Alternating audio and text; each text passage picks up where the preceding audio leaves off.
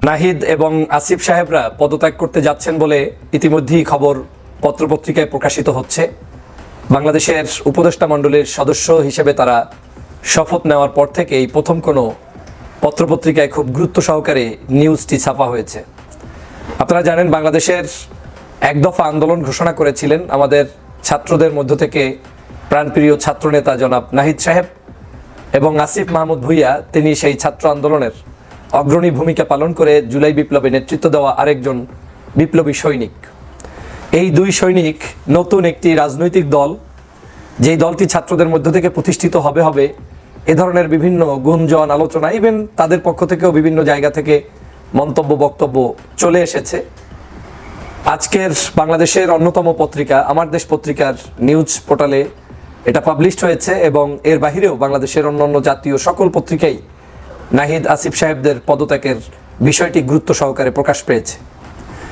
আমার দেশ পত্রিকার নিউজ থেকে তারা স্পষ্ট করেছেন যে ফেব্রুয়ারির 15 তারিখের মধ্যে নতুন করে নাম ঘোষণা হতে পারে রাজনৈতিক একটি দলের, যেটা ছাত্রদের মাধ্যমে প্রতিষ্ঠিত হবে এবং ছাত্ররা যেটার নেতৃত্বে এখন পর্যন্ত বিভিন্ন জায়গায় তাদের মতামত সংগ্রহ করে যাচ্ছেন। সেই সংগঠনটি আত্মপ্রকাশ ঘটবে ফেব্রুয়ারির 15 তারিখের সময়ের মধ্যে হতে পারে বলে ধারণা পোষণ করছেন। পাশাপাশি এই সংগঠনের নেতৃত্ব দিতে সামনের সারিতে তথা সেক্রেটারি জেনারেল কিংবা সাধারণ সম্পাদক কিংবা মহাসচিব যে নামেই বলেন না কেন, এই পার্টির সেই সাধারণ সম্পাদকের পদের দায়িত্ব পালন করতে পারেন বলে মনে হচ্ছে নাহিদ ইসলামকে। দ্যাট মিনস বাংলাদেশে আগামীর নতুন রাজনীতি, ছাত্রদের রাজনীতি, এটা এখন স্পষ্টতই হচ্ছে যে আগামী দিনে ছাত্রদের নেতৃত্বে একটি ঐতিহ্যবাহী সংগঠন আত্মপ্রকাশ করতে যাবে। এই যাওয়াটার দোষের কিছু নয়। বাংলাদেশে বিভিন্ন সময়ে বাংলাদেশের রাজনৈতিক প্রেক্ষাপট বিবেচনা করেই রাজনৈতিক সংগঠনগুলো প্রতিষ্ঠিত হয়েছে। দেশের যুদ্ধকালীন সময়, দেশের স্বাধীনতা পরবর্তী সময়, দেশের 1975 সালের পট পরিবর্তনের সময়, পরবর্তীতে বাংলাদেশের সিপাহী জনতার বিপ্লবের মধ্য দিয়ে বাংলাদেশে যে বহুদলীয় গণতন্ত্র চলে এসেছে সেই সময়, এরকম বিভিন্ন কারণে রাস্তার বাঁকে বাঁকে, সময়ের বাঁকে বাঁকে, পরিস্থিতির বিবেচনায় রাজনৈতিক সংগঠন প্রতিষ্ঠিত হয়েছে বাংলাদেশে।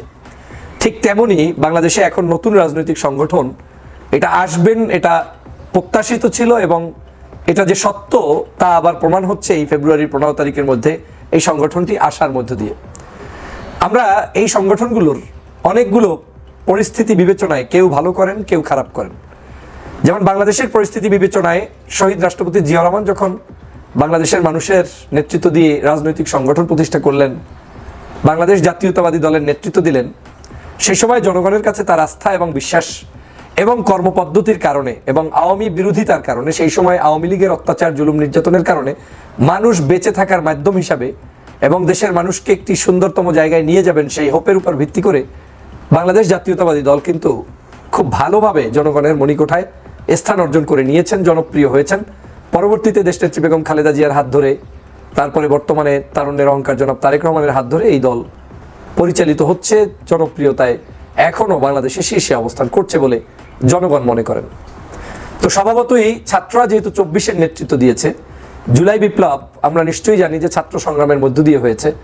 যদিও এই বিপ্লবে আমরা বাংলাদেশের সকল রাজনৈতিক দলের মতের মানুষরা অংশগ্রহণ করেছে, কোনো সন্দেহ নাই, নির্দ্বিধায় তারা সাপোর্ট করেছে এবং আমরাও চেয়েছিলাম কোনো রাজনৈতিক পরিমণ্ডলে এদেরকে ঢুকিয়ে বাংলাদেশের এই বৃহৎ আন্দোলনকে কলুষিত করা যাবে না। সে কারণে ব্যক্তিগতভাবে আমি মনে করেছিলাম ছাত্ররাই নেতৃত্ব দিক, ছাত্ররা নেতৃত্ব দিয়ে দেশটাকে আগে স্বাধীন করুক, আর তাই হয়েছে। এই নাহিদ ইসলাম আপনারা নিশ্চয়ই জানেন, শহীদ মিনারে এক দফার ঘোষণা দিয়েছেন, কিন্তু তিনিই বাংলাদেশের ফ্যাসিবাদের কবল থেকে দেশকে রক্ষার জন্য তিনি তার আন্দোলনে নেতৃত্ব দিয়ে বাংলাদেশের মানুষকে এক দফা ঘোষণা দিয়ে শেখ হাসিনার পতন ঘটিয়ে ছেড়েছেন এবং ঘটে গিয়েছে। আজ এই বাংলাদেশে তারা নতুন একটি দল করবেন, এটা তাদেরও যেমন আবেগের জায়গা, অনুভূতির জায়গা। দেশকে পরিচালনার নিমিত্তেই তো তারা এই দেশকে স্বাধীন করেছেন, জনগণকে ভালো একটি রাষ্ট্র উপহার দেওয়ার জন্য। আমি সে কারণে এটাকে পজিটিভলি দেখি এবং আমি আন্তরিকভাবে ধন্যবাদ জানাই যে না, আপনারা যুগের চাহিদার আলোকে নতুন রাজনৈতিক সংগঠন নিয়ে আসছেন এবং সেই সংগঠন আগামী দিনে ভালো কিছু করবে সে প্রত্যাশা আমি ব্যক্ত করতেই পারি এবং আমি মনে করি এটা দোষের কিছু নয়। তবে বাংলাদেশে কখনোই যখন যে দল প্রতিষ্ঠিত হবে, নিশ্চয়ই ওই দল প্রতিষ্ঠিত হলে উদার এবং আন্তরিক মানুষ ছাড়া কেউ আপনাকে খুব একটা ফুলের মালা দিয়ে গ্রহণ করবে, এইটা বাংলাদেশের প্রেক্ষাপটে বিবেচনা করা কঠিন। কারণ দেশের মানুষ এই ফুলের মালা দিতে অভ্যস্ত নয়। দেশের মানুষ ফুলের মালার চাইতে যারা দেশকে নেতৃত্ব দেয়, স্বাধীন দেয়, যারা দেশের জন্য কল্যাণকর কাজ করে, ভালো কিছু করে, তাদেরকে ফুলের মালা দেয় না, তাদেরকে পথে কাটা বিছিয়ে দেয়। একটা সময় তাদের জন্য অনেক কঠিন পথ অতিক্রম করে সামনে এগিয়ে যেতে হয়। এদেশে নিশ্চয়ই আমি পূর্বে যে দলটির নাম উল্লেখ করলাম, যে শুরুতেই এই দলটাকে ওয়েলকাম জানানোর জন্য তারা আওয়ামী লীগ বসে থাকেনি, জনগণের ভালোবাসায় সিক্ত হয়ে দলটি এই জায়গায় এসেছে। দলের প্রয়োজন আছে, দল কিয়ামত পর্যন্ত একই দল থাকবে এমনটা যেমন সত্য না, কিয়ামত পর্যন্ত একই নেতা নেতৃত্ব দিবে এমনটাও সত্য না। আমি এই ধরনের ভালো দল হোক, দলগুলো চলে আসুক সেটার পক্ষে। তবে এটাও মাথায় রাখতে হবে দলগুলো যাতে কোনো অবস্থায় কোনো নির্দিষ্ট কারো সমর্থন নিয়ে একেবারে বিতর্কিত কোনো পদ্ধতির মধ্য থেকে আবিষ্কৃত না হোক, সেটাও আমি কামনা করি। বিতর্ক হবেই, তবে আমি মনে করি যতটুকু বিতর্ক এড়িয়ে গিয়ে জনতার জন্য, জনগণের সরকার, জনগণের দল, জনগণের আমাদের আন্দোলন, এই যে একটা জনগণের চাহিদা, এই জনগণের চাহিদাটাকে এখানে প্রাধান্য দিয়ে যদি এই দলটাকে সামনে নিয়ে আসা যায়, তাহলে আমার বিশ্বাস আপনারা টুডে অর টুমোরো বাংলাদেশের পিপলদের কাছে অবশ্যই ভালোবাসা কেড়ে নিতে পারবেন। কারণ আপনাদের ঝুলিতে কিন্তু ইতিমধ্যেই 24-এর বিপ্লব আপনাদের ঝুলিতে আছে। তবে এই ঝুলিতে আমরা বাংলাদেশের বিভিন্ন রাজনৈতিক দলের নেতাকর্মীরা, তারা এই ঝুলির কাজে সহযোগিতা করেছে, তাদেরকে রেসপেক্ট এবং তাদের প্রতি সম্মান রেখে আপনাদের আন্দোলন সংগ্রাম যদি চলমান থাকে, জনগণ এখন অনেক পরিবর্তনে বিশ্বাসী। জনগণ এখন বর্তমান জেনারেশনের যে চাহিদা, যুগ সন্ধিক্ষণের যে চাহিদা, এই চাহিদা যারাই পূরণ করতে পারবে তাদেরকে জনগণ এখন ভালোবাসা দিবে। পুরানরাও যদি তাদের দলের মধ্যে সেই সংস্কার এনে ছাত্র সমাজের চাহিদা, যুব সমাজের চাহিদা, জনগণের চাহিদা, দুর্নীতি, দুষ্কৃতি, অন্যায়, অত্যাচার মুক্ত একটি সুন্দর বাংলাদেশকে গঠন করতে পারে, তাহলে তাদেরকে তারা সমর্থন দিবে।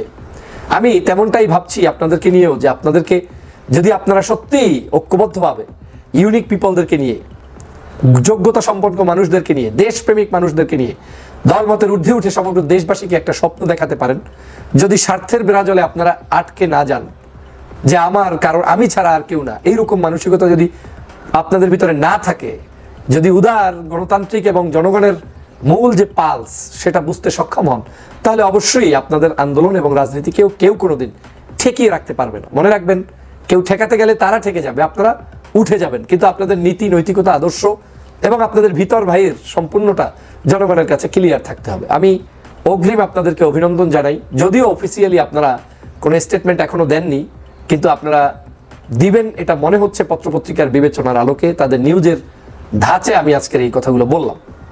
বাংলাদেশের রাজনৈতিক দলগুলোর প্রতি উদাত্ত আহ্বান থাকবে, নতুন দল আসুক তাদেরকে ওয়েলকাম জানান। যে যত দ্রুত ওয়েলকাম জানাবেন, তাদের পাশে থাকবেন, সে তত বেশি জনপ্রিয়তার দিক থেকে এগিয়ে থাকবেন। এই যুগটা এমন যে কুণ্ঠা দেখানোর সুযোগ নেই, কলুষিত করার কোনো সুযোগ নেই, ছোট মানসিকতা দেখানোর সুযোগ নেই। অনলাইনের যুগ, মানুষ আপনার সকল প্রকার ন্যারো মেন্টালিটি এটা জাজ করতে পারে, বুঝতে পারে, এবং তারা এটাকে পছন্দ করে না। সে কারণে আমি ছাত্রভাইদের এই আন্দোলনকে পছন্দ করি। আপনারা জানেন, বেশ কিছুদিন আগে ছাত্রদের এই যে দল, এই দল নিয়ে বিভিন্ন মন্তব্য এসেছে। বাংলাদেশের সর্ববৃহৎ দল বাংলাদেশ জাতীয়তাবাদী দলের মহাসচিব বলেছিলেন যে পদত্যাগ করে তারপরে আপনাদের দল গঠন করা উচিত। যদি সত্যি আজকে নিউজটা সত্য হয় যে আপনারা পদত্যাগ করে এই দল করছেন, তাহলে ওই মহাসচিব সহ বাংলাদেশের অন্যান্য রাজনৈতিক দলের নেতারাও আপনাদেরকে বাহবা জানাবে এবং বলবে যে না, তারা বাপের বেটা, সঠিক কাজ করেছে, তারা ক্ষমতায় থেকে অন্যায় কিছুই করেনি, তারা ক্ষমতা থেকে বের হয়ে জাতির প্রয়োজনে নতুন দল গঠন করেছে। আমি বিশ্বাস করি আপনাদের চলার পথে বন্ধুর সংখ্যা একটু কম পাবেন, এটা বাস্তব, কিন্তু চলার পথটা যদি আপনারা ক্লিয়ার করতে পারেন, তাহলে এই চলার পথে কারো বাধাই আপনাদের এই চলার পথকে রুদ্ধ করতে পারবে না, এবং আপনারা জনগণের কাছে আজ হোক কাল হোক যেতে পারবেন। তবে মনে রাখবেন, আমরা যখন জুলাই বিপ্লব করেছি, বিপ্লবের সময়টার ঐক্য আর আজকের ঐক্য এক নয়। সেই সময় আমরা করেছি একটি ফেসিবাদের বিরুদ্ধে ঐক্যবদ্ধ আন্দোলন, কারণ আমরা সবাই ভিকটিম ছিলাম। আজ তারা নাই বিধায় আমরা নিজেরা নিজেদের মধ্যে অনেক ধরনের অস্বস্তিকর কথাবার্তা বলছি, আলোচনা করছি, নিজেদের মধ্যে বিভিন্ন ধরনের প্রপাগান্ডা চলছে, কথাবার্তা চলছে, দূরত্ব তৈরি হচ্ছে। এটা কিন্তু আমাদের জন্য কাম্য নয়। আগামীর বাংলাদেশও যদি আমাদের নেতৃত্ব দিয়ে সুন্দরভাবে চালাতে হয়, একটা সুন্দর পরিবেশ বিরাজ করা বা একটা সুন্দর রাষ্ট্র ব্যবস্থা কায়েম করার আগ পর্যন্ত আমাদেরকে অবশ্যই আমাদের সবাইকে ঐক্যবদ্ধ থাকতে হবে। ভোটের মাঠে আমরা ভিন্ন থাকবো, ব্যালট পেপারে আমরা ভিন্ন থাকবো, কিন্তু দেশের প্রয়োজনে, জাতির প্রয়োজনে আওয়ামী লীগের এই তারা যে পালিয়ে গিয়েছে তাদের দোসরদেরকে রুখতে আমাদের সবাইকে ঐক্যবদ্ধ হতে হবে। সেক্ষেত্রে ছাত্র সমাজেরও ভূমিকা পালন করতে হবে। আর আমাদের যারা রাজনৈতিক সংগঠন বিভিন্ন জায়গায় রয়েছেন, আপনাদেরকে বারবার বলেছিলাম যে আমাদের পক্ষ থেকেও ছাত্রদের প্রতি স্নেহসুলভ ভালোবাসা বহিঃপ্রকাশ ঘটানো উচিত। আজও বলছি একই কথা, যারা জুলাই বিপ্লবে নেতৃত্ব দিল তাদেরকে উচিত ছিল সবার আগে সোহরাওয়ার্দী উদ্যানে তাদেরকে সম্মানিত করা, ক্রেস্ট প্রদান করা, তাদেরকে আলাদাভাবে মূল্যায়ন করা, কিন্তু আমরা কতটুকু করতে পেরেছি আমরা জানি না। কিন্তু আমরা এটা না করাটা আমাদের বাংলাদেশের জন্য একটা অশনি সংকেত। নেতৃত্বের জায়গায় ভবিষ্যতে ভালো নেতৃত্ব আসবে না যদি আমরা ভালো মানুষদেরকে অ্যাকনলেজ করতে না পারি। সেজন্য দলমতের ঊর্ধ্বে উঠে সকল কাজে, ভালো কাজে মানুষদেরকে অ্যাপ্রিসিয়েট করা উচিত।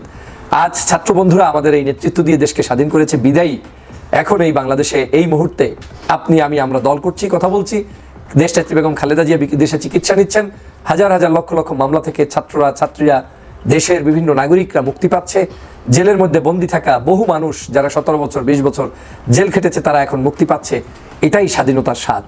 আসুন আমরা ছাত্রদেরও সম্মান করি, ছাত্র ভাইয়েরাও আমাদের বাংলাদেশের যারা যারা বিভিন্ন সংগ্রামে নেতৃত্ব দিয়েছে সেই সকল দলের নেতাদের প্রতি সম্মান প্রদর্শন করে এগিয়ে যান, সেই প্রত্যাশা ব্যক্ত করছি।